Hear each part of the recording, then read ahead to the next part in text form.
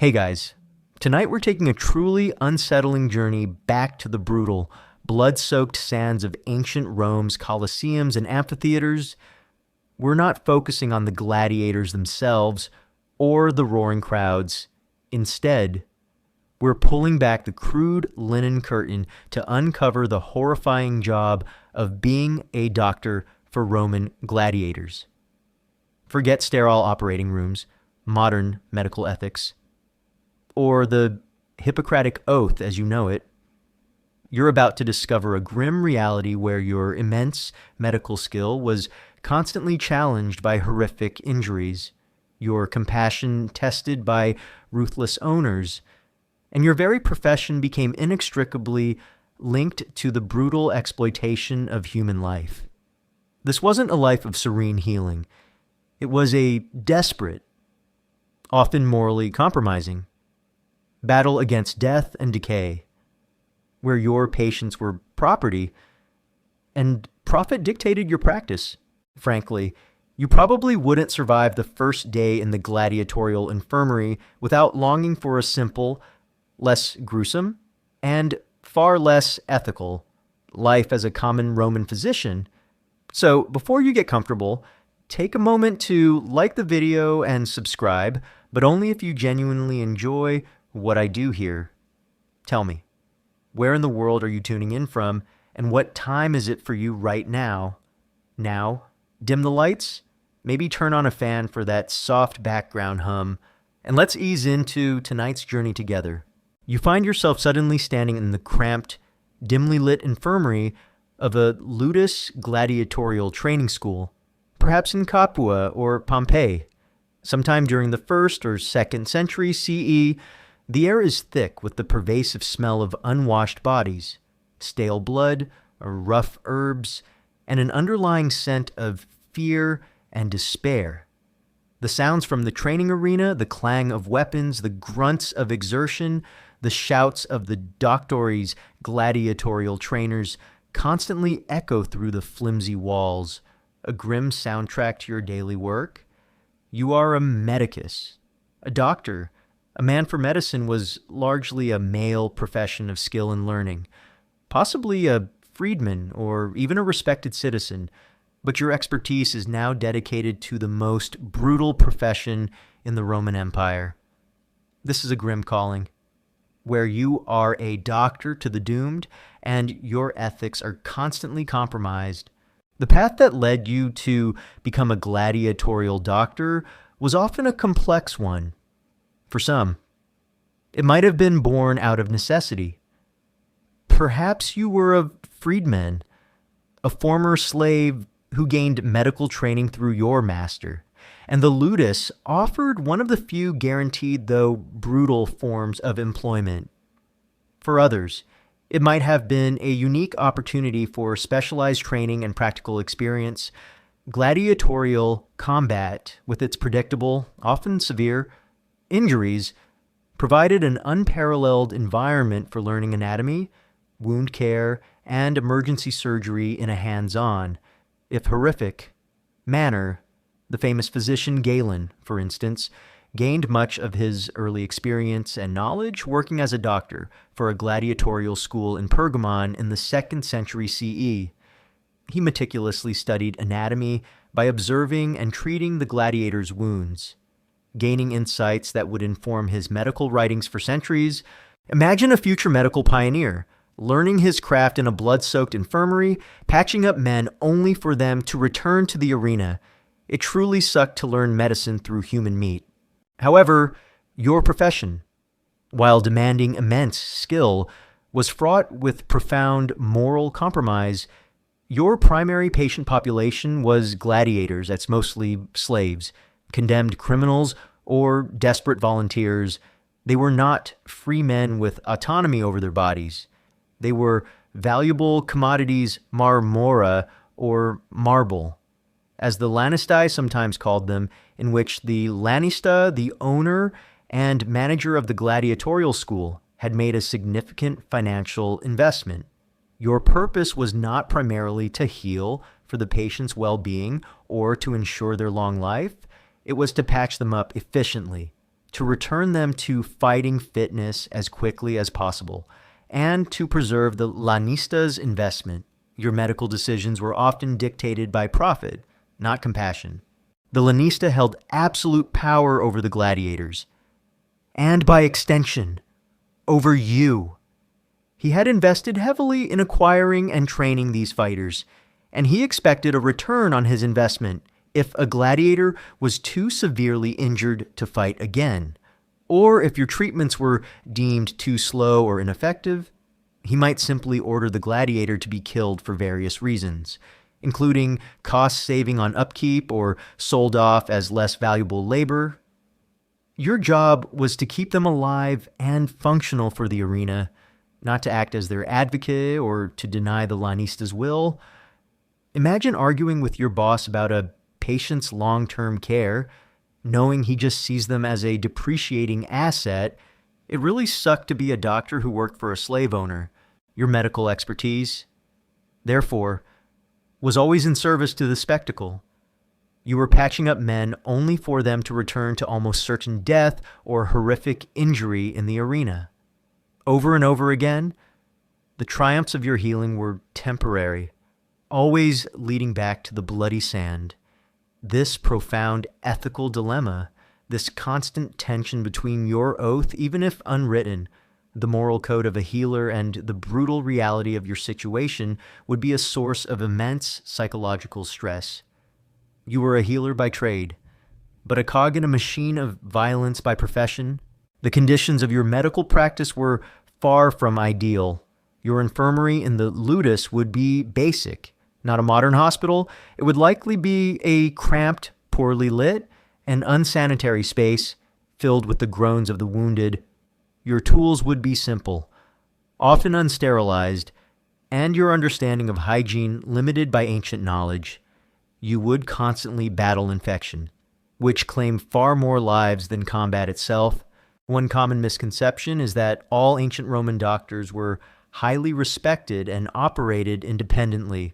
In reality, while some elite physicians gained immense prestige, the medical profession in Rome was quite diverse, including slave doctors, freedmen doctors, and various levels of practitioners.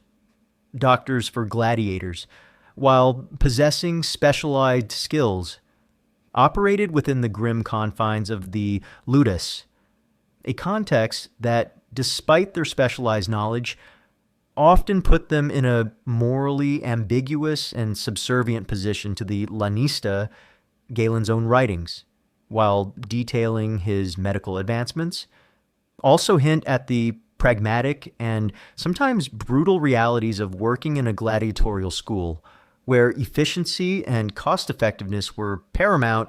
Historians still meticulously study Roman medical texts, surgical instruments found in archaeological sites, and biographical accounts of physicians to understand the precise social status and ethical dilemmas faced by doctors working in specialized, often brutal, contexts like the gladiatorial ludus. Furthermore, your very presence in the ludus was a constant reminder of the brutal economic realities of gladiatorial combat. Every gladiator you treated represented an investment. Every successful recovery was a financial win for the lanista. Every death, a financial loss. This created a direct, uncomfortable link between your healing skills and the financial gains of a system built on human exploitation. You were a skilled professional, but your skills were commodified, valued for their ability to maximize profit from human suffering. The psychological toll of constantly being exposed to brutal injuries, managing agonizing pain with limited tools, and sending men back to fight against their will would be immense. You would witness horrific suffering daily, making you either deeply empathetic and thus constantly pained, or forcing you to develop a chilling detachment, a necessary defense mechanism to survive your profession. This desensitization, however, came at the cost of your own humanity. Your mind would be a repository of gruesome images and desperate pleas, making true peace of mind elusive. So, your initiation into the life of a doctor for Roman gladiators was a grim calling indeed. It was a profession of vital skill, but one inextricably linked to profound moral compromise, where your patients were property and your medical decisions were dictated by profit.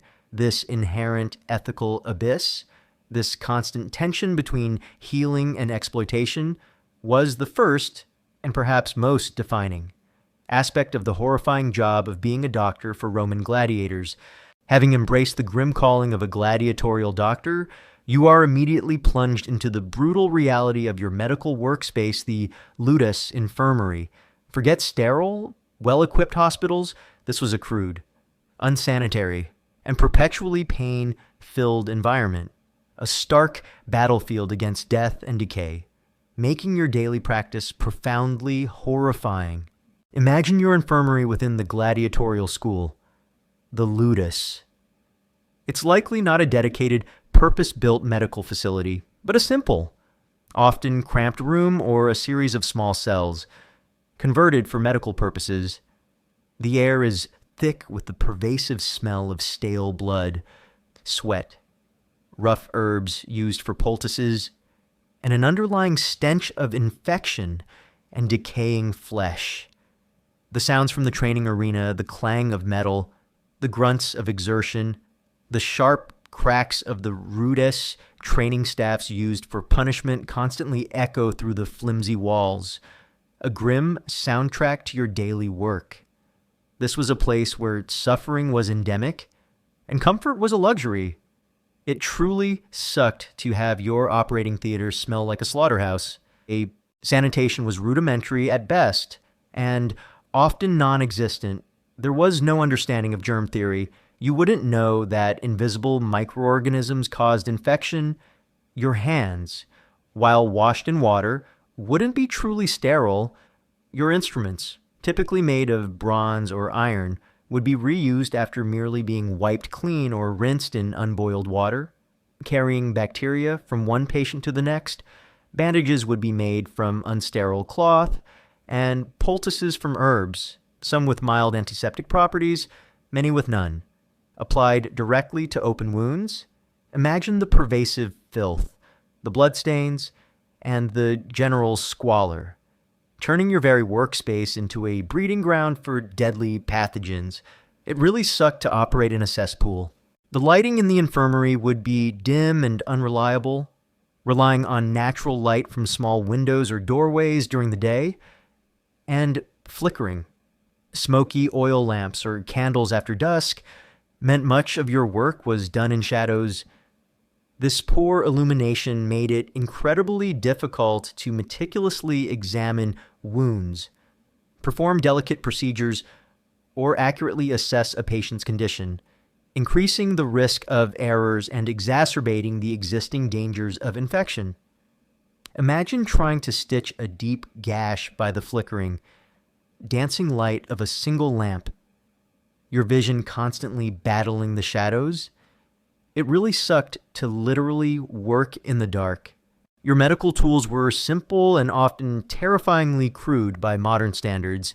You would possess a basic kit, likely including knives and scalpels made of bronze or iron for cutting flesh, lancing abscesses or amputating limbs, forceps and hooks for extracting foreign objects like arrowheads or bone fragments or manipulating tissues, saws for amputations, needles and thread for stitching wounds, often made of coarse materials, cautery irons used to stop bleeding by searing flesh with heat.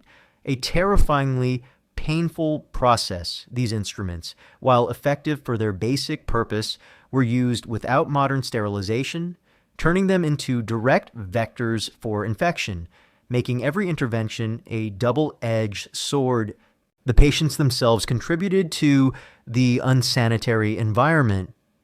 Gladiators, subjected to brutal training and constant combat, often suffered from poor general hygiene due to limited access to proper bathing facilities, especially in the ludus sweat and unwashed clothing. Their wounds, bleeding and festering, further contaminated the cramped infirmary space. You were constantly surrounded by human suffering, its smells and fluids, a visceral reality that tested your fortitude daily. The absence of pain control beyond rudimentary methods was a constant horror. When performing a procedure, whether setting a broken bone or stitching a wound, your patients would be fully conscious, enduring agonizing pain. You might offer them strong wine, opium, or mandrake root, which could induce a stupor but also cause dangerous side effects. But these were unreliable and far from true anesthetics. More often, patients would simply be held down by strong assistants, their screams filling the infirmary, a chilling soundtrack to your surgical endeavors. Imagine the psychological toll of inflicting such pain, even in the name of healing. Hearing the unadulterated screams of your patients, it really sucked to literally listen to your patients suffer. The crowded conditions of the infirmary, typical of a ludus which housed dozens, sometimes hundreds, of gladiators, meant that multiple patients would be recovering in close proximity. This facilitated the rapid spread of nosocomial infections, hospital-acquired infections, turning your infirmary into a death trap. A patient recovering from a clean wound could easily contract a deadly infection from a neighboring bed, undermining your best efforts. One common misconception is that all gladiatorial doctors were skilled and effective healers, while figures like Galen certainly gained immense knowledge from treating gladiators, as he mentions in his writings, detailing how he learned anatomy by observing deep wounds. Windows into the body.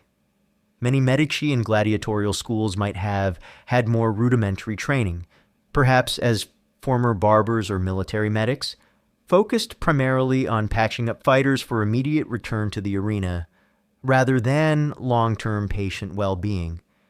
Their success was often measured by the speed of a gladiator's return to combat, not necessarily by a full, comfortable recovery. Historians still meticulously study Roman medical texts, archaeological findings of surgical instruments, e.g., from Pompeii, and biographical accounts of physicians to understand the precise capabilities and ethical frameworks of doctors working in specialized, often brutal, contexts like the gladiatorial ludus, often finding a pragmatic, profit-driven approach that sometimes clashed with holistic healing. Furthermore, the very purpose of your infirmary to serve the lanista by preserving his valuable gladiatorial assets created a moral ambiguity that permeated your workspace. You were patching up men not for their freedom, not for their long, healthy lives, but to send them back into a brutal arena where they might face death or further horrific injury.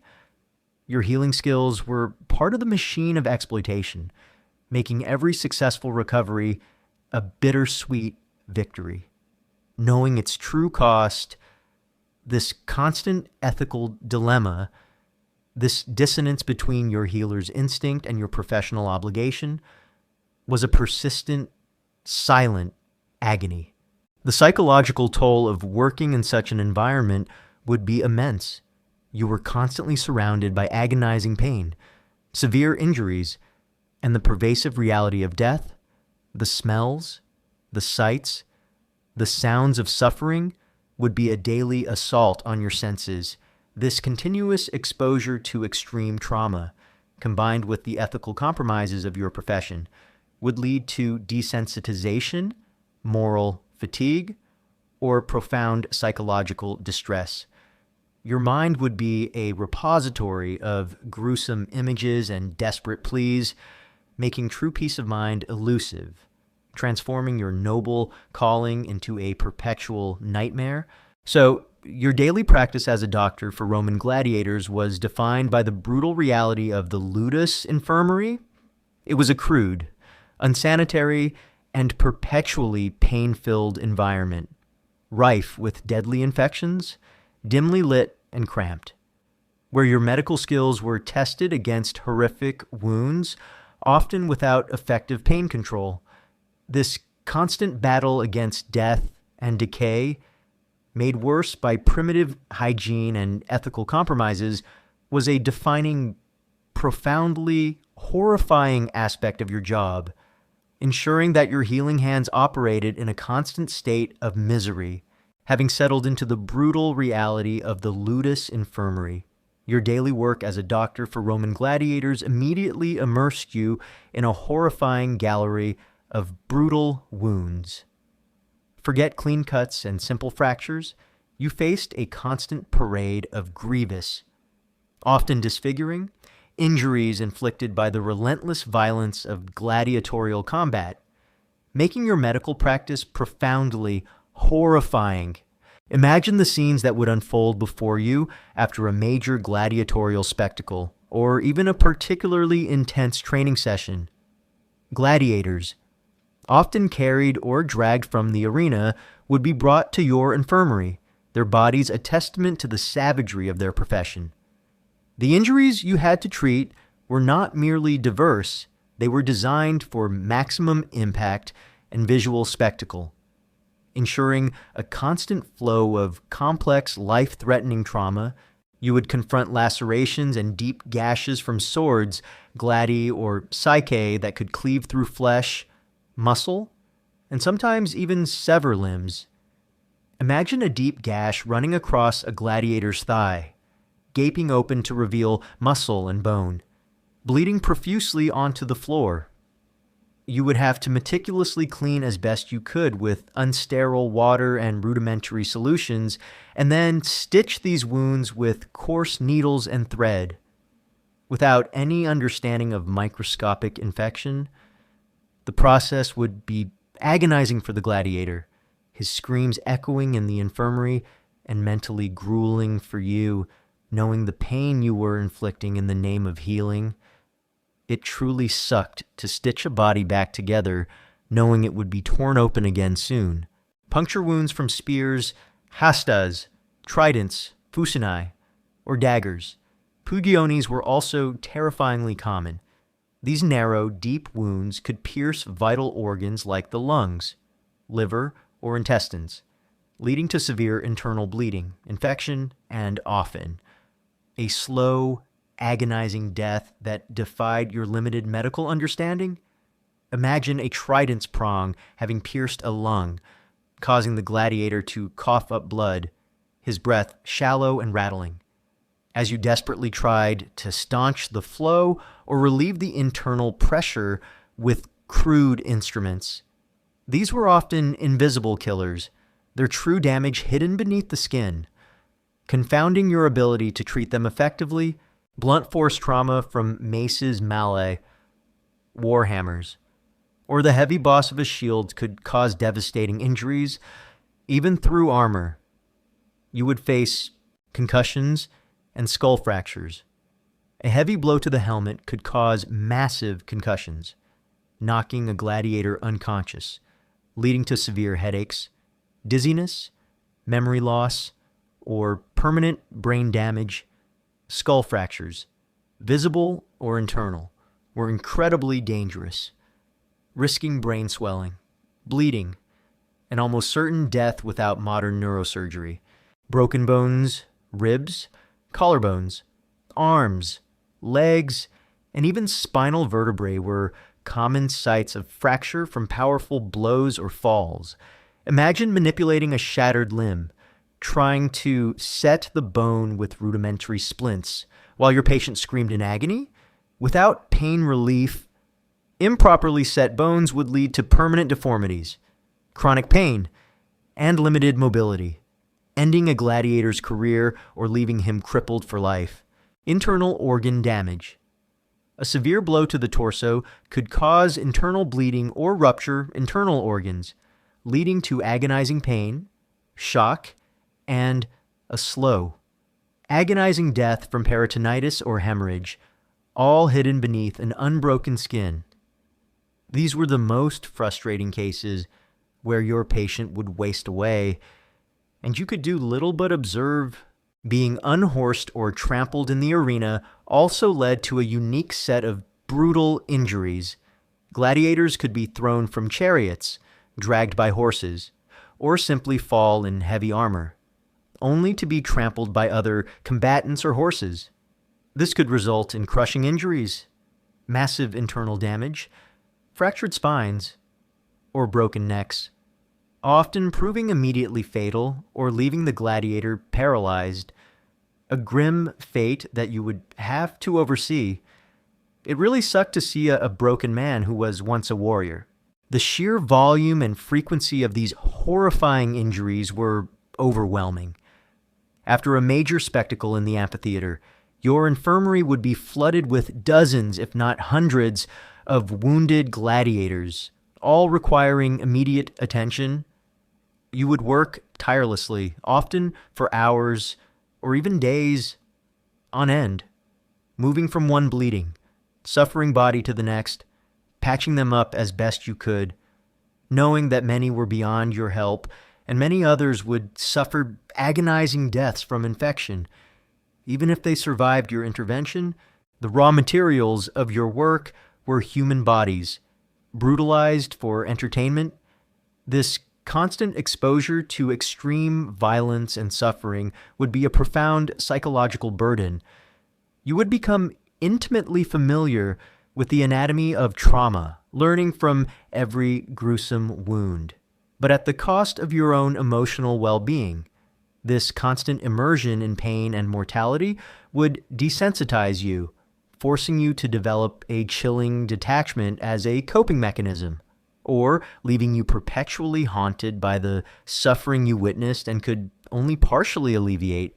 One common misconception is that all gladiators were killed in every fight, making medical care irrelevant in reality, while death was always a real possibility. Many fights ended with one gladiator being wounded and surrendering, hoping for missio mercy from the crowd or the editor. Gladiators were valuable assets, and their owners, Lanastai, had a vested interest in keeping them alive and fighting. This meant that the vast majority of gladiatorial combat resulted in injuries that required treatment, rather than immediate fatalities, ensuring a constant demand for your grim medical skills. Historians still meticulously study archaeological findings from gladiatorial cemeteries like the one in Ephesus, Turkey, which provided detailed skeletal evidence of various types of healed and unhealed injuries, and Roman medical texts like Galen's writings, which drew heavily from his experience in a gladiatorial school to reconstruct the precise types and frequency of injuries suffered by gladiators, confirming the pervasive nature of severe trauma. Furthermore, the very design of gladiatorial weapons, while sometimes having specific ceremonial blunting like a coronal on a jousting lance in later medieval tournaments, were primarily designed to inflict injuries that were visually dramatic for the crowd. A cutlass, for example, was designed for slashing, causing superficial but very bloody wounds, designed to both incapacitate and entertain, increasing the burden on you, the medic, to patch up these spectacular, yet often non-fatal, injuries. Your skill was measured by your ability to keep the show going. The psychological toll of witnessing such brutality on a daily basis, of being in constant proximity to extreme pain and death, would be immense. You would see the young men, the fierce warriors, reduced to screaming, bleeding heaps, and then you would have to meticulously put them back together, knowing that they would likely be sent back into the same brutal arena.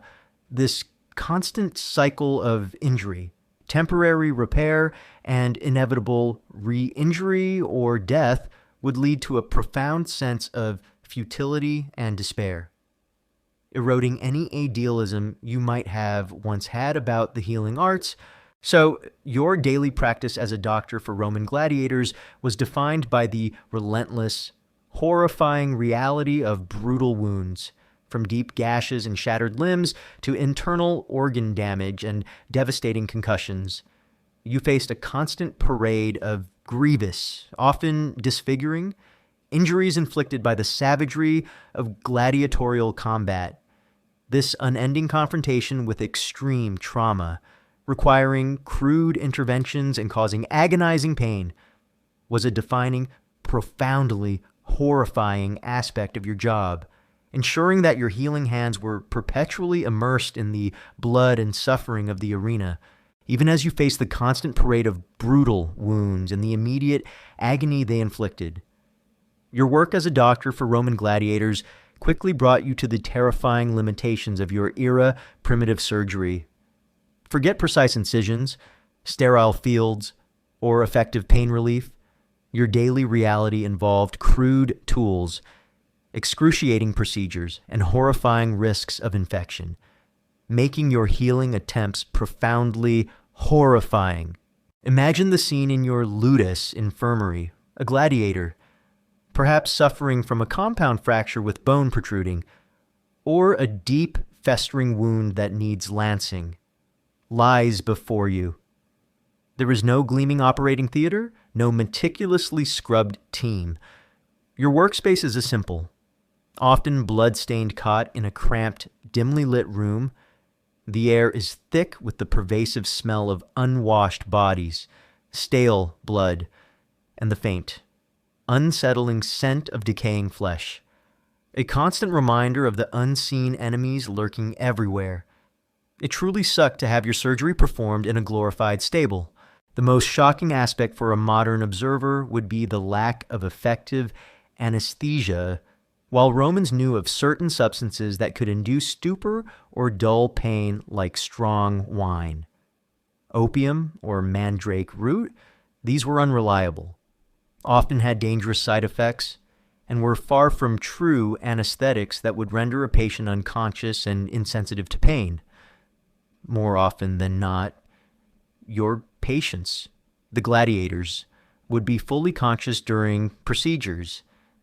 Imagine a gladiator, a man trained to endure pain, screaming, thrashing, and biting down on a leather strap as you cut into his flesh, manipulated his broken bones, or probed a deep wound.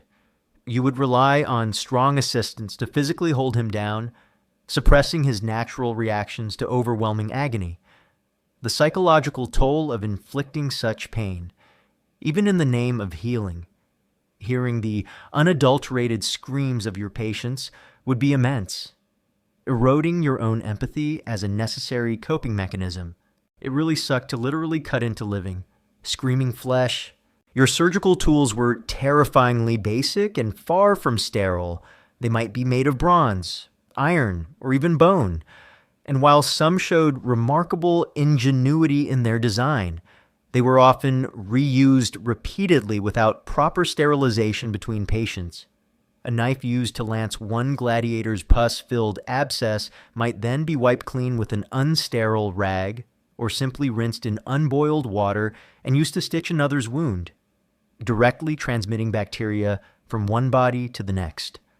The concept of germ theory was utterly unknown. You didn't understand that invisible microorganisms caused infection. Your cleaning efforts were based on removing visible dirt, not microscopic killers. This fundamental lack of understanding made every invasive procedure a game of Russian roulette with deadly pathogens.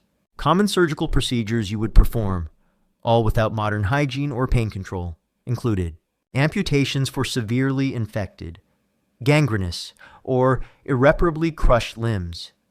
Amputation was a common, last resort procedure to prevent the spread of infection and save a life. Imagine using a crude saw to sever a limb, bone and flesh, the patient thrashing and screaming, while blood poured onto the unsterile floor. The immediate shock, immense blood loss, and subsequent exposure to infection meant that many patients died during the procedure itself or shortly after, setting broken bones, fractures, especially compound ones where the bone broke through the skin, were incredibly dangerous. You would attempt to realign the bones and then apply rough splints made of wood, bark, or stiff bandages. Proper alignment was often difficult to achieve, leading to slow, agonizing healing and frequently resulting in permanent deformities, chronic pain, and limited mobility. A gladiator whose leg healed crookedly would be unfit for further combat, a living testament to your limited capabilities. Lancing abscesses and draining pus, infected boils. Deep wounds, or internal abscesses would be lanced, cut open to drain the pus and relieve pressure, while sometimes effective in expelling localized infection. This opened the body to further, more dangerous, systemic infection if not done hygienically. The stench of pus and decaying tissue would be overwhelming. Removing foreign objects, extracting embedded arrowheads, spear fragments, or broken bone shards from deep wounds. This often involved probing deep into the flesh with unsterile instruments, risking further damage and introducing more bacteria. Cauterization to stop profuse bleeding from severe wounds or after amputations. You might use red-hot cautery irons to sear the flesh, effectively burning the wound shut. This was an excruciatingly painful process, leaving extensive scar tissue and, ironically, destroying healthy tissue that could have aided healing while still not preventing deep-seated infection. It really sucked to smell burning flesh as you worked. The risk of infection sepsis, tetanus, gas gangrene was paramount and ever-present, even if the immediate surgery was successful, and the patient survived the trauma. Shock and blood loss. They often succumbed days or weeks later to deadly complications. The body, already weakened by trauma, had little defense against the relentless assault of bacteria introduced during the unsterile procedures. You would witness agonizing deaths from high fevers, uncontrollable tremors from tetanus, and rapid physical deterioration. Knowing that your best efforts at healing had merely delayed the inevitable. Many lives were lost not to the wound, but to the cure. One common misconception is that ancient Roman surgeons were incredibly advanced, nearly rivaling modern doctors, while Roman medicine, influenced by Greek traditions, certainly had sophisticated surgical instruments and a practical understanding of anatomy often gained from treating soldiers and gladiators. Their fundamental lack of germ theory was a critical, fatal flaw. This meant that while they could perform impressive procedures like removing cataracts or performing C-sections, their patients had a very high mortality rate from post-operative infections that are easily treatable today. Galen's own writings, while detailing complex surgeries, also subtly revealed the limitations of his era regarding infection control. Historians still meticulously study archaeological findings of Roman surgical toolkits and compare them with ancient medical texts to understand the precise capabilities and significant limitations of Roman surgery, consistently revealing the prevalence of post-operative infections as the primary cause of death. Furthermore, post-operative care was almost non-existent by modern standards. After a surgery, the patient would be left to heal in the unsanitary infirmary, often with rough, unsterile bandages. There were no antibiotics, no consistent pain management, and minimal follow-up by trained medical staff. Their survival depended entirely on their body's inherent resilience and an immense stroke of luck. Your role was to repair, not necessarily to provide long-term care, and the patient's fate was largely out of your hands once the procedure was done. The psychological toll of performing such brutal procedures, constantly inflicting immense pain in the name of healing, and witnessing agonizing deaths from complications, would be immense. You would become desensitized to suffering as a coping mechanism, a necessary adaptation to survive your profession. This detachment, however, would come at the cost of your own emotional well-being, leaving you a hardened, perhaps cynical practitioner.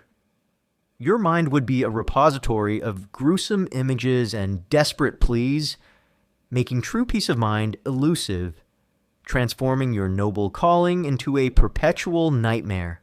So, Your daily practice as a doctor for Roman gladiators was defined by the horrifying reality of primitive surgery, from crude tools and agonizing procedures performed without effective pain relief, to the pervasive risk of deadly infection from unsanitary conditions.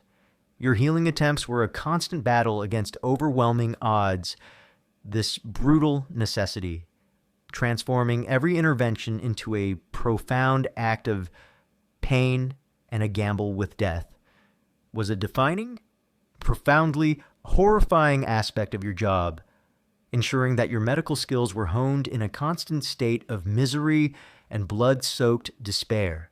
Even as you navigated the terrifying world of crude surgery and agonizing pain, your greatest enemy in the ludus infirmary was often unseen infection and death's relentless grip. Forget clean healing and miracle cures, the pervasive threat of sepsis, tetanus, and other deadly pathogens claimed more gladiators' lives than any arena blade, making your job profoundly horrifying. Imagine the constant dread that gnawed at your peace of mind with every patient you treated. You had no understanding of germ theory. The concept that invisible microorganisms caused disease was millennia away. You couldn't see the bacteria festering in wounds, clinging to your unsterilized instruments, or thriving in the unsanitary environment of the infirmary. You might meticulously clean a wound with water or wine, but unknowingly, you were often introducing more pathogens than you removed. This fundamental ignorance was your greatest limitation, turning every successful surgery into a gamble, and every recovery into a stroke of immense luck. It truly sucked to be fighting an invisible enemy. The types of infections you battled were terrifyingly lethal. Sepsis, blood poisoning. This was perhaps the most common and feared killer. Any deep wound, a laceration from a cutlass, a puncture from a trident, or even a seemingly minor abrasion could introduce bacteria into the bloodstream. Once sepsis set in, the gladiator would develop a raging fever, chills, rapid heartbeat, confusion, and eventually widespread organ failure. You would watch helplessly as your patient's body convulsed, his skin turning mottled, his life slipping away in agonizing delirium. Despite your best efforts to treat the visible wound, sepsis was an invisible, systemic killer that you had no defense against. Tetanus lockjaw, caused by Clostridium tetani bacteria, often found in soil and animal feces. Tetanus could infect puncture wounds or deep lacerations. The symptoms were horrifying muscle spasms, painful rigidity, especially of the jaw and neck, hence lockjaw, and eventually agonizing convulsions that could fracture bones and lead to death from respiratory failure. Imagine watching a gladiator, perhaps a powerful warrior, his body seized by uncontrollable spasms, his back arching, his jaw clamped shut. Fully conscious of his terrifying demise, there was no cure, only the grim observation of his agonizing end. Gas gangrene caused by Clostridium perfringens bacteria thriving in deep, oxygen-deprived wounds like those from a piercing weapon. Gas gangrene caused rapid tissue death, producing foul-smelling gas and a distinctive crackling sensation under the skin. It progressed terrifyingly fast, often leading to rapid systemic infection and death, or requiring immediate, brutal amputation to try and save the patient's life. The stench of decaying flesh, even in the infirmary, would be a grim indicator of its presence. Other wound infections beyond these specific terrifying illnesses. Every open wound was susceptible to common bacterial infections that would lead to pus, severe swelling, redness, and excruciating pain. These infections, if localized, might eventually resolve with basic care, but more often, they would spread, leading to cellulitis, abscesses, or osteomyelitis bone infection. which were debilitating and often fatal. Your surgical tools, as discussed in Chapter 4, were brutally effective at causing trauma, but equally effective at spreading disease. Reused scalpels, unsterilized needles, and uncleaned saws became direct vectors for transmitting bacteria from one infected gladiator to another. Every incision, every stitch, every probe into a wound was a moment of profound risk for the patient, unwittingly introducing the very pathogens that would eventually claim their lives. It really sucked to literally cut infection into your patients. The unsanitary environment of the ludus infirmary and the general unhygiene of the gladiators themselves due to limited access to proper bathing. Constant sweat and dust from the arena exacerbated the spread of these deadly infections. You were operating in a constant breeding ground for pathogens, with no way to create a truly sterile field. Bandages, often made from rough, unsterile cloth, would trap bacteria against open wounds, accelerating their festering. The sheer volume of patients after a major gladiatorial spectacle was overwhelming. Your infirmary would be flooded with dozens, if not hundreds, of wounded gladiators, all requiring immediate attention. You would work tirelessly, often for hours or even days on end, moving from one bleeding, suffering body to the next, patching them up as best you could, knowing that many were beyond your help, and many others would succumb to the unseen enemy of infection. Even if they survived your intervention, this constant exposure to overwhelming suffering and predictable death would lead to immense compassion fatigue. One common misconception is that all gladiators died in the arena during combat. In reality, a significant number of gladiators who sustained severe wounds in the arena and were granted missio mercy actually succumbed days or weeks later to post-operative infections. Rather than direct combat trauma, this highlights that your role as a doctor, while aimed at saving lives for the lanista, was often a delaying tactic against an invisible enemy. Archaeological studies of gladiatorial cemeteries, like the one unearthed in Ephesus, Turkey, have provided compelling osteological evidence. Analysis of the bones shows a high incidence of trauma, healed and unhealed fractures, but also clear signs of widespread infections, e.g., osteomyelitis or periostitis, that were likely the ultimate cause of death for many. Directly supporting the devastating impact of unchecked infection, historians still meticulously study these remains in ancient medical texts to precisely quantify the mortality rates from combat versus infection. Furthermore, the psychological toll of witnessing these agonizing deaths from infection, knowing that your best efforts were futile against an invisible enemy, would be immense. You would see gladiator after gladiator, strong men who had faced down lions and opponents with courage, reduced to shivering, feverish wrecks, consumed by an unseen agony. This constant confrontation with the limits of your own medical knowledge and the pervasive, unseen forces of disease would lead to profound despair and a sense of helplessness. Your noble calling to heal was constantly mocked by the silent efficiency of pathogenic killers. The very success of your surgical interventions could paradoxically increase the risk of infection. By performing an amputation or stitching a deep wound, you opened up new pathways for bacteria into the body. This meant that the harder you worked to save a gladiator from direct combat injury, the more you might expose him to the unseen, internal threats that would ultimately claim his life, turning your healing into a potential pathway to a slower, more agonizing death. So, your daily practice as a doctor for Roman gladiators was defined by the relentless, horrifying reality of infection and death's grip. You battled unseen enemies like sepsis and tetanus, which claimed more lives than any arena blade, turning every wound into a potential death sentence. This constant, losing battle against pervasive, deadly pathogens made worse by primitive hygiene and medical ignorance was a defining, profoundly horrifying aspect of your job, ensuring that your healing hands operated in a perpetual state of misery and blood-soaked despair, even as you battled the invisible, relentless threat of infection that haunted your infirmary.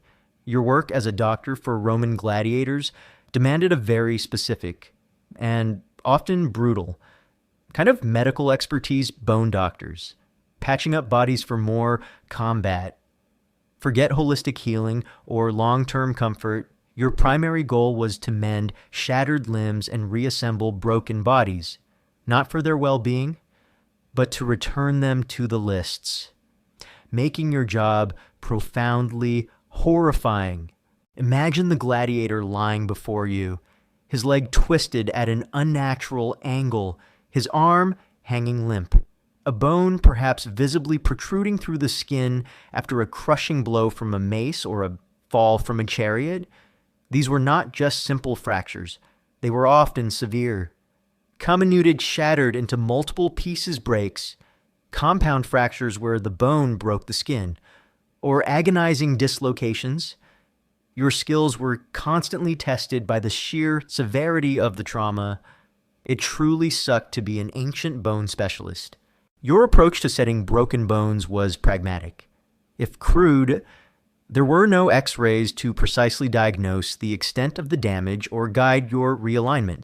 You would rely on your tactile skills, carefully feeling the limb, trying to manipulate the fractured pieces of bone back into approximate alignment.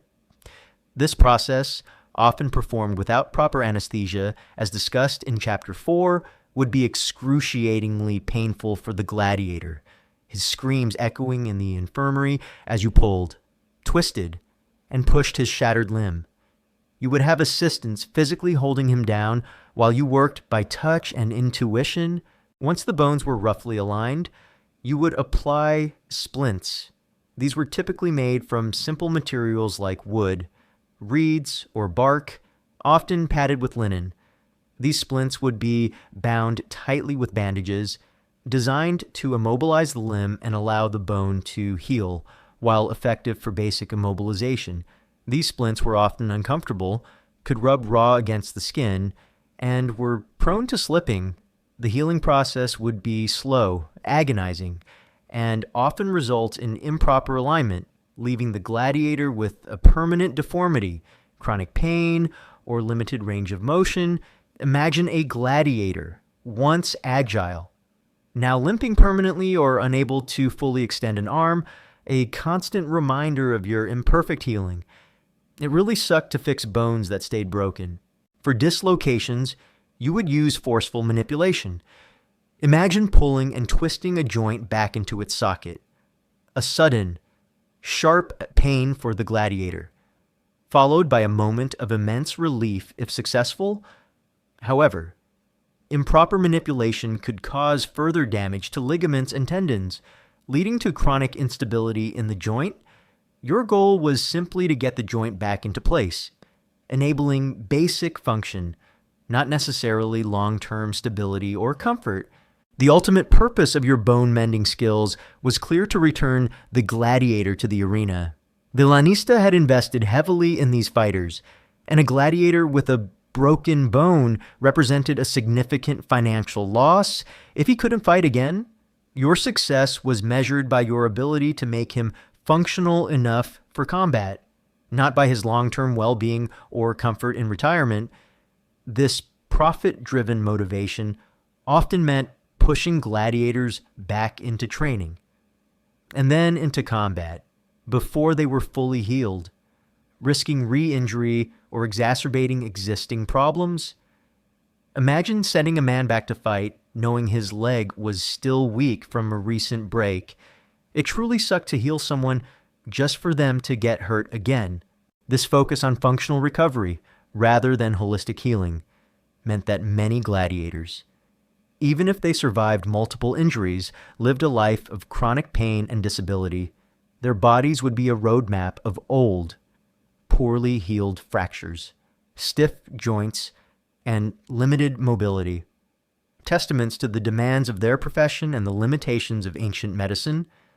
Your job was to keep them performing, not necessarily living comfortably. One common misconception is that ancient Roman doctors only treated injuries as they occurred.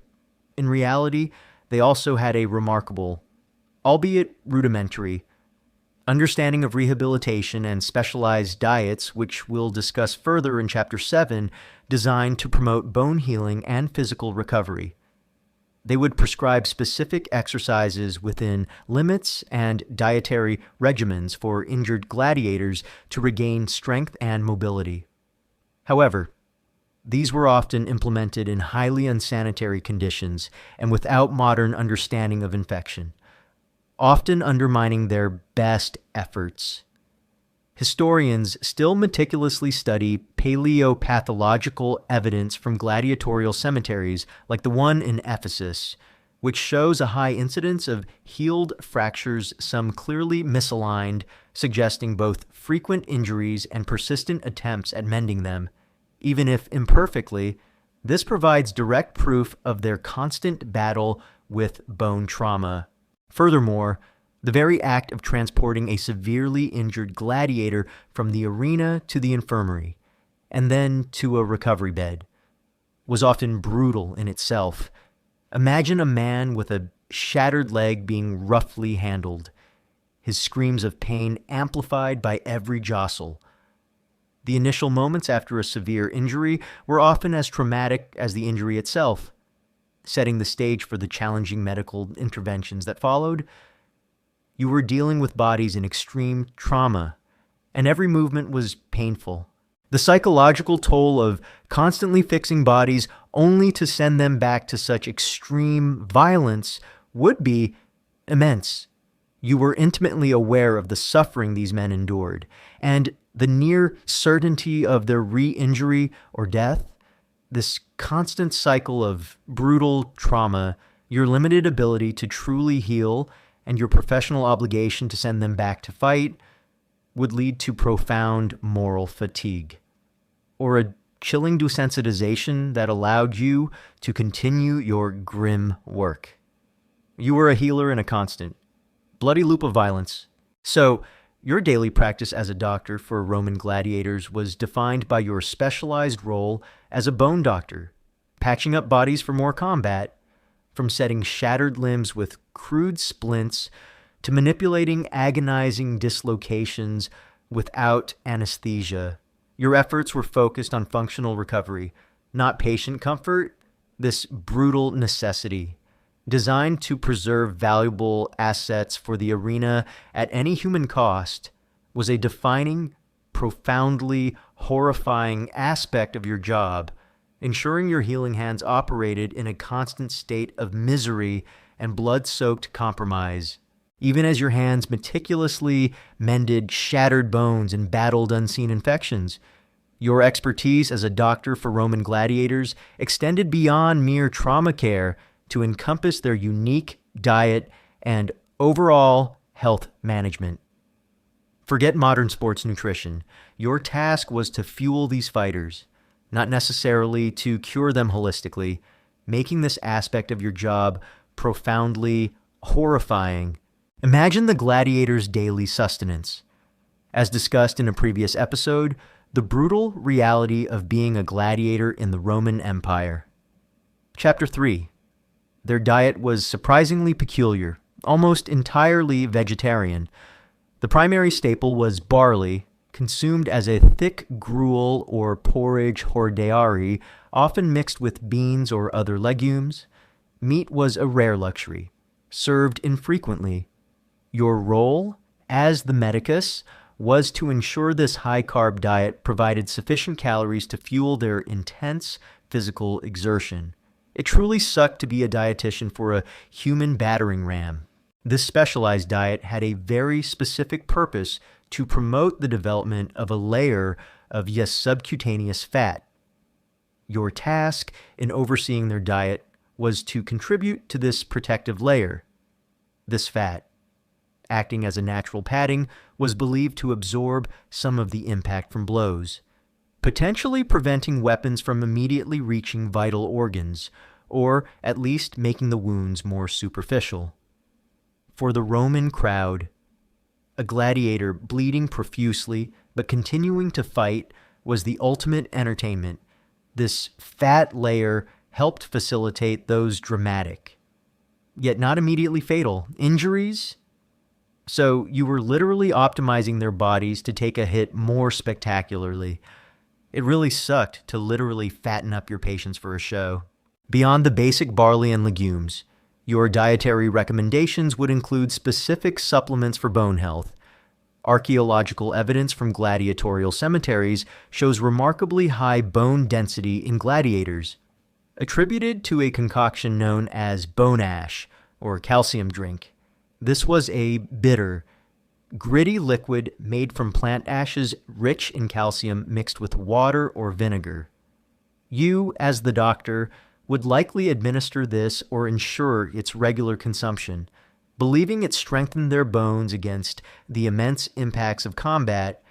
Imagine prescribing a drink made from burnt plant matter, knowing its unpalatable taste, but believing in its vital contribution to their resilience. It really sucked to prescribe charcoal water. However, despite these targeted dietary efforts, the gladiators' overall health was often compromised.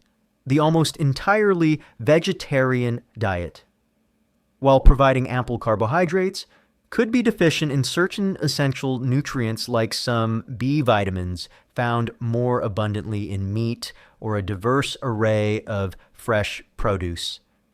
This could lead to subtle nutritional deficiencies that, over time, would affect their overall vitality and immune system, making them more susceptible to disease, even if not immediately obvious. Your role also extended to managing their general health and preventing common illnesses. In the cramped, unsanitary conditions of the ludus as explored in Chapter 2, diseases spread rapidly.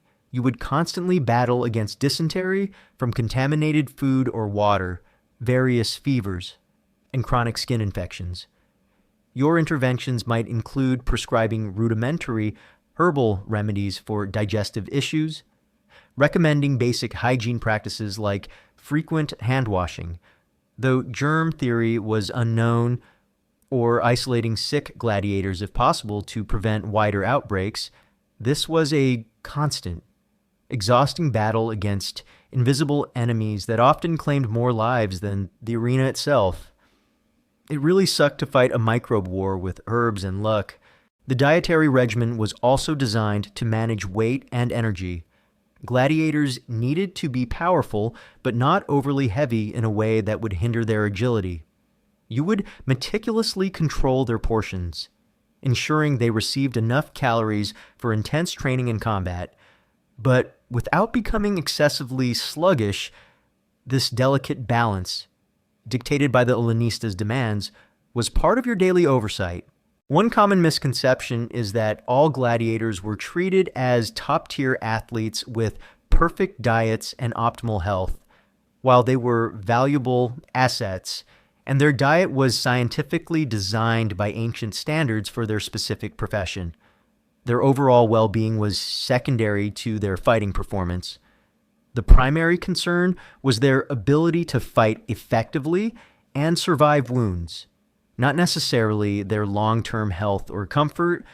The repetitive nature of their training and combat, combined with an often monotonous diet, led to unique health profiles that were different from other Roman populations. Historians still meticulously study archaeological findings from gladiatorial cemeteries, like the one in Ephesus. Turkey, where skeletal remains reveal specific bone density, tooth wear patterns, and evidence of healed fractures and infections, providing direct insights into their unique diet and health conditions.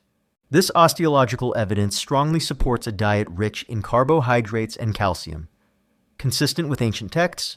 Furthermore, the moral ambiguity of your position permeated even the seemingly benign act of managing their diet. You were carefully cultivating their bodies, optimizing their resilience, and ensuring their physical peak, all with the explicit knowledge that this perfection was to be used for brutal entertainment. Your medical skills, applied to their nutrition, were part of the dehumanizing process that transformed individuals into instruments of spectacle. Your commitment to their health was directly tied to their continued suffering. The psychological toll of constantly overseeing a diet designed for physical durability in combat, knowing that this diet also contributed to their unique physical attributes like the fat layer for dramatic wounds, would be immense. You were responsible for optimizing them as fighting machines, not necessarily as healthy human beings. This constant conflict between the healer's natural inclination to promote well-being and the owner's demand for performance would be a source of persistent ethical distress. You were always aware that your knowledge, so potent for healing, was ultimately serving a system of exploitation.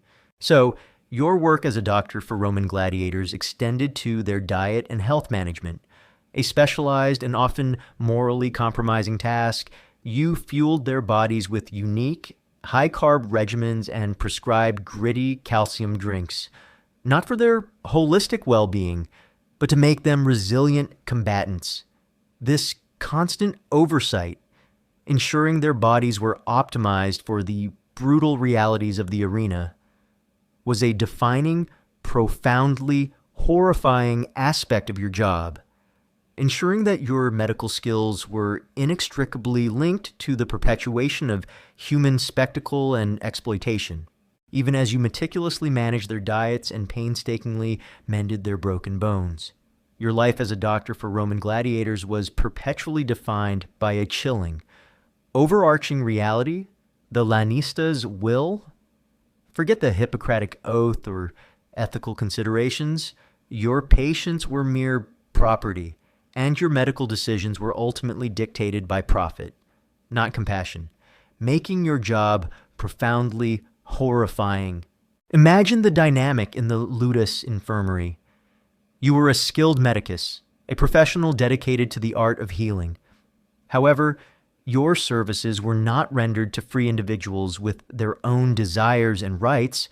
Your patients, the gladiators, were almost universally slaves, condemned criminals, or indentured volunteers. They were property mancipia, valuable commodities in which the Lannista, the owner and manager of the gladiatorial school, had made a significant financial investment. Your medical decisions, therefore, were rarely your own. They were dictated by the cold calculus of the Lannista's ledger. It truly sucked to have your patients treated like livestock. The Lannista's primary goal was to maximize his profit from his gladiators. This meant keeping them alive. Yes, but more importantly, keeping them fighting, and fighting well. Every medical decision you made was viewed through this lens. Speed of recovery over completeness. The Lannista wanted his gladiators back in the arena as quickly as possible. This often meant pushing them back into training or combat before they were fully healed, risking re-injury, exacerbating existing conditions, or leading to chronic pain. You might know a gladiator needed weeks, even months, of rest, but the Lannista might demand he be ready in days because a healthy fighter was a profit center and an idle one a drain. Imagine sending a man back to the lists with a still healing fracture, knowing it might shatter again upon impact. It really sucked to rush healing. Cost effectiveness, expensive or prolonged treatments, even if potentially more effective in the long term, might be rejected in favor of cheaper, faster, or more rudimentary interventions. The Lannista might prioritize a quick fix that got the gladiator back into action over a more comprehensive and costly rehabilitation. Your medical options were limited not just by ancient knowledge, but by economic constraints. Life versus expendability for the Lannista. A gladiator was an asset, if a gladiator was too severely injured to ever fight again, if his recovery was too slow and costly, or if he developed a permanent, debilitating disability that rendered him unfit for the spectacle. The lanista might simply order him killed, perhaps through euthanasia or a swift execution outside the arena, or sold off for less valuable. Basic labor, EGG, agricultural work. Your role then shifted from healer to witness of execution, or silent accomplice in managing the disposal of a defective asset. Imagine the chilling moment the lanista would look at a crippled gladiator and simply say, "He's no longer useful." It really sucked to see a life ended because it wasn't profitable. The lanista's power over his gladiators was absolute. He literally held the power of life and death, an authority granted to him by Roman law. As gladiators were slaves or under contracts of servitude, this absolute power extended to their medical care. You, the doctor, were his employee, and your medical expertise was subservient to his will. Disobeying a lanista could lead to severe consequences for you, including loss of your position, financial ruin, or even physical punishment. This created a profound ethical abyss where your professional integrity as a healer clashed constantly with the brutal demands of profit. The moral compromise inherent in your job was immense. You were patching up men, meticulously mending their bodies, only to send them back into a brutal arena where they might face horrific injuries or certain death for entertainment. Every successful recovery was a bittersweet victory. Knowing its true purpose, you were part of a system that systematically dehumanized individuals, turning them into spectacle. And your healing skills were an integral part of that dehumanization. You were a skilled professional, but your skills were commodified, valued for their ability to maximize profit from human suffering. It truly sucked to heal for more killing. One common misconception is that lanistae were universally cruel and cared nothing for their gladiators. While many were undoubtedly ruthless businessmen, they also had a vested financial interest in keeping their gladiators alive and as healthy as possible within the brutal context of their profession. A dead gladiator was a financial loss. So, lanistae would invest in good food for their specific diet, solid training, and even highly skilled doctors like yourself, not out of compassion, but out of a pragmatic desire to protect their assets and maximize their fighting careers. This created a complex relationship where pragmatic care existed alongside brutal exploitation. Historians still meticulously study Roman legal texts related to gladiators, e.g., on their status as infamia, economic records of gladiatorial schools, and literary accounts to understand the precise financial incentives and managerial practices of lanistae, often revealing a calculating, profit-driven system. Furthermore, the psychological toll of witnessing the lanista's cold calculations and having your medical decisions overruled by profit motives would be immense. You would constantly be aware that your patients were viewed as property, not as human beings with dignity or a right to long-term health. This forced detachment, this continuous confrontation with the commodification of human suffering, would lead to moral fatigue, cynicism, or profound psychological distress. You were intimately involved in their suffering, yet ultimately powerless to truly advocate for their well-being beyond what served the lanista's interests. The very act of giving a gladiator an effective painkiller or a powerful healing poultice might be seen as a financial decision by the lanista, reducing downtime, ensuring a quicker return to the arena. This blurred the lines between genuine care and economic calculation, further complicating your ethical landscape. Your greatest successes as a healer were often also the greatest successes for the exploitative system you served. The power dynamic extended to your own person, you, the medicus. Might be a freedman or even a citizen, but your livelihood was tied to the lanista. He could dismiss you, fine you, or refuse to pay you if he was displeased with your results. This made you subservient to his economic will, ensuring that your professional autonomy was constantly undermined by the financial realities of the gladiatorial school. Your own freedom, in a subtle way, was constrained by the chains that bound your patients. So, your job as a doctor for Roman gladiators was profoundly horrifying because your patients were the lanista's property, and your medical decisions were ultimately dictated by profit, not compassion. This brutal reality of commodified human life, where healing was merely a means to perpetuate a spectacle of violence, was a defining, profoundly miserable aspect of your profession, ensuring that your skilled hands were perpetually complicit in the brutal exploitation of human beings. Even as your hands meticulously patched up shattered bodies and your mind rationalized the lanista's cruel demands, your life as a doctor for Roman gladiators was perpetually overshadowed by a profound and inescapable moral burden, the ethical abyss of healing for more killing.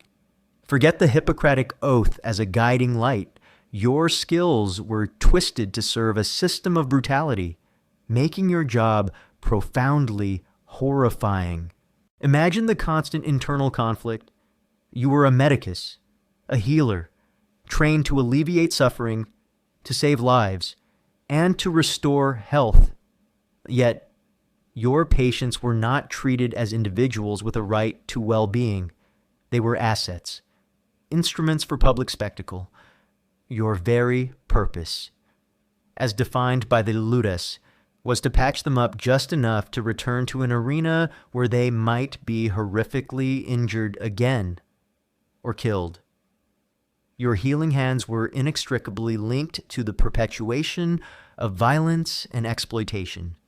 It truly sucked to be a doctor who perpetuated suffering.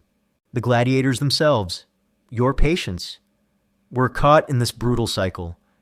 They endured immense pain and suffering, both in training and in combat. They suffered from debilitating chronic injuries, rampant infections, and often a pervasive sense of despair. You were their only hope for relief, their only respite from agonizing pain. They would look to you with desperate eyes, clinging to your knowledge and your skill, and you, the healer, would administer your best care, knowing that your success meant not freedom or a comfortable life, but a return to the blood-soaked sand. This profound betrayal of the healer's instinct, this constant act of sending men back to their doom, would be a relentless psychological torment. It really sucked to be part of the problem. The very concept of medical ethics, as we understand it, was warped in the context of the gladiatorial school. While some ancient physicians certainly had ethical considerations, the absolute power of the lanista over his property, the gladiators, meant that your ethical autonomy was severely limited. You could not refuse to treat a gladiator who was destined for the arena. You could not demand extended rests for a patient if the lanista deemed it unprofitable.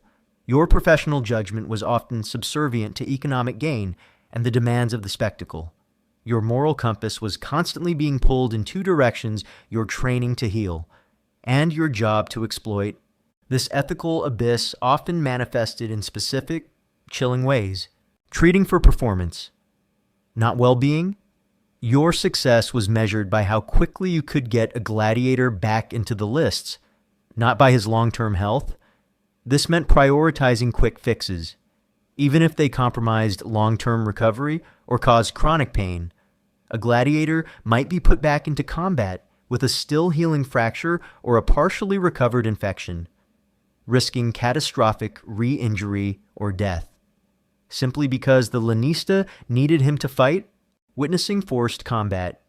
You would patch up two gladiators after a brutal fight, perhaps both severely injured, only for the lanista or the crowd to demand one or both return to continue fighting to the death.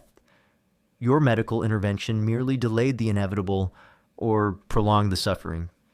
The choice was not yours. The disposable asset, when a gladiator was too severely injured to ever fight again, or if his recovery was too costly, the lanista might order his death or sale for less valuable labor. Your skills, which could save a life, were then bypassed in favor of cold economic calculation. You might witness these decisions, powerless to intervene, forced to accept the brutal reality that your patients were expendable. The profit motive? Every successful treatment, every repaired limb, every healed infection meant a financial gain for the lanista. Your healing directly contributed to the profitability of a system built on human suffering. This direct link between your medical skill and the exploitation of your patients created a profound moral stain on your profession, making you an integral part of the very brutality you tried to alleviate. The psychological toll of constantly operating in this ethical void would be immense. You would grapple with profound moral distress, possibly leading to cynicism, desensitization, or self-loathing. The dissonance between your healer's instinct and your professional obligations would be a constant, gnawing conflict. You would live with the memory of the suffering you witnessed, the pain you inflicted even in healing, and the lives you sent back to fight, knowing their likely grim fate. This erosion of your compassion, however necessary for survival in your profession, would leave indelible scars on your psyche. It really sucked to sacrifice your soul for your job. One common misconception is that ancient Roman doctors had a strong, unified ethical code, akin to the modern Hippocratic oath that always prioritized the patient's well-being, while principles of beneficence and non-maleficence were part of some Greek and Roman medical traditions. The specific context of gladiatorial medicine, where patients were property, introduced unique ethical challenges. There was no overarching legal or professional body to enforce patient rights against a powerful owner. Galen, in his writings, while advocating for best practices, also acknowledges the pragmatic realities and economic considerations of his work, hinting at these very ethical dilemmas without explicitly condemning the system. Historians still meticulously study various ancient medical texts and philosophical discussions on slavery and human dignity to understand the precise ethical frameworks that guided Roman physicians in different contexts, often finding a complex interplay between ideals and grim realities. Furthermore, your knowledge itself became a tool of oppression. Your anatomical insights, your surgical skills, your understanding of healing all were employed to make the gladiatorial system more efficient, more profitable, and thus more enduring. The very advancements you made in trauma medicine, refined by treating these brutal injuries, inadvertently contributed to the perpetuation of the very spectacle that caused such suffering. This intellectual complicity was another layer of profound ethical discomfort. The isolation of your profession further exacerbated this ethical burden. You were likely one of the few individuals within the ludus, apart from perhaps a few trusted assistants, who truly understood the depth of the gladiators' suffering and the moral compromises of the system. This made it difficult to confide in others or to seek moral support, leaving you to bear the weight of your ethical dilemmas largely alone. Your compassionate side, if it persisted, was a solitary burden. So, your life as a doctor for Roman gladiators was profoundly horrifying due to the inescapable ethical abyss of healing for more killing. Your immense medical skill was inextricably linked to the brutal exploitation of human life. forcing you to patch up broken bodies only to send them back to almost certain death for entertainment. This constant moral compromise, this profound dissonance between your healer's instinct and your professional obligation, was a defining, profoundly miserable aspect of your job, ensuring that your compassionate hands operated in a perpetual state of blood-soaked complicity. You've embarked on a grim calling, stepping into the ludus infirmary, a place of filth and despair. You faced a horrifying gallery of brutal wounds, deep gashes, shattered bones, internal trauma, and performed primitive surgeries with crude tools and no anesthesia. You battled the unseen, relentless enemy of infection, knowing sepsis and tetanus could claim lives more surely than any blade. You mastered the brutal art of mending bones, patching up bodies just enough for more combat. You oversaw a peculiar diet, fueling fighters for performance, not holistic health, and you lived under the pervasive, dehumanizing will of the lanista, where your patients were property, and a prophet dictated your every medical decision. As the distant roar of the arena fades and the phantom smell of stale blood dissipates, a final, chilling truth settles upon you. Your job as a doctor for Roman gladiators was not just horrifying, it was a profound ethical abyss, a profession of vital skill inextricably linked to and defined by the brutal exploitation of human life, leaving a legacy of immense moral ambiguity. Consider the fundamental contradiction at the heart of your profession. You were a medicus, a healer by training and, presumably, by inclination. Your purpose was to alleviate suffering, to mend the broken, and to preserve life. Yet the very context of your work forced you to betray these core tenets. Your patients were gladiators, men condemned to fight for entertainment. Their bodies mere commodities in a brutal spectacle. Every successful stitch, every reset bone, every healed infection was a victory not for the gladiator's freedom or well-being, but for the lanista's profit and the crowd's continued amusement. Your healing hands were part of the machinery of exploitation, making you a vital, yet morally compromised, cog in a system of violence. It truly sucked to heal for more hurting. Then there's the unrelenting moral fatigue. You constantly face decisions where your ethical compass clashed with your professional obligation. Should you recommend a longer recovery for a gladiator, knowing the lanista would push for a quicker return? Should you provide a costly but potentially life-saving treatment if the gladiator was deemed too far gone or unprofitable? You witnessed extreme human suffering daily, inflicted by men on other men for entertainment. This constant exposure to brutality, coupled with your forced complicity in perpetuating it, would lead to profound desensitization, cynicism, or deep psychological distress. You might have to numb yourself to survive your job, sacrificing your empathy for your sanity. And what about the limitations of ancient medicine? Despite your skill, you were constantly battling overwhelming odds. The lack of germ theory meant infection was a pervasive, often fatal, enemy.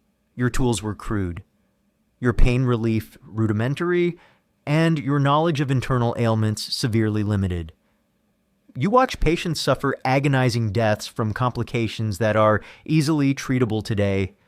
This professional impotence, this constant awareness of your inability to truly cure or save in many cases, would be incredibly frustrating and profoundly depressing, adding to the burden of your ethical dilemmas. You were a skilled professional, but an inadequate one by modern standards. Constantly reminded of your limitations, it truly sucked to be a doctor who couldn't really fix anything permanently. The objectification of your patients was absolute. Gladiators were property, not people with rights. Your medical treatment was dictated by their value as assets, not by their human dignity.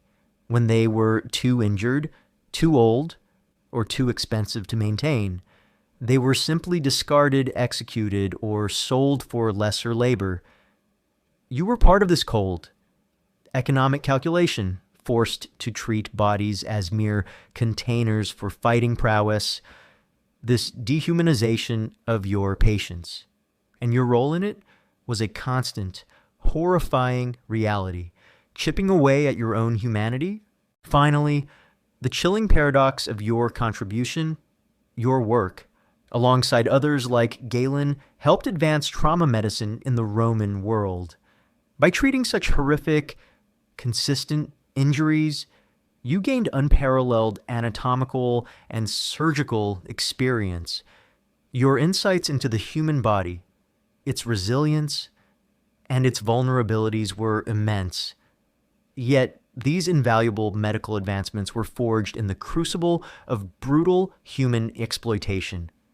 The very progress of Roman medicine was inextricably linked to the systematic suffering of gladiators, creating a lasting legacy of profound ethical ambiguity. Your healing skill was a direct byproduct of violence. The legacy of the medicus gladiatorum in Roman history is complex. While often overlooked or romanticized, they represent a unique intersection of medical knowledge, social hierarchy, and brutal exploitation. Their work, though vital to the gladiatorial games, highlights the pervasive nature of Roman slavery and the lengths to which an empire would go to maintain its spectacles. Your skill, though professional, was often utilized in a context that was morally indefensible by modern standards.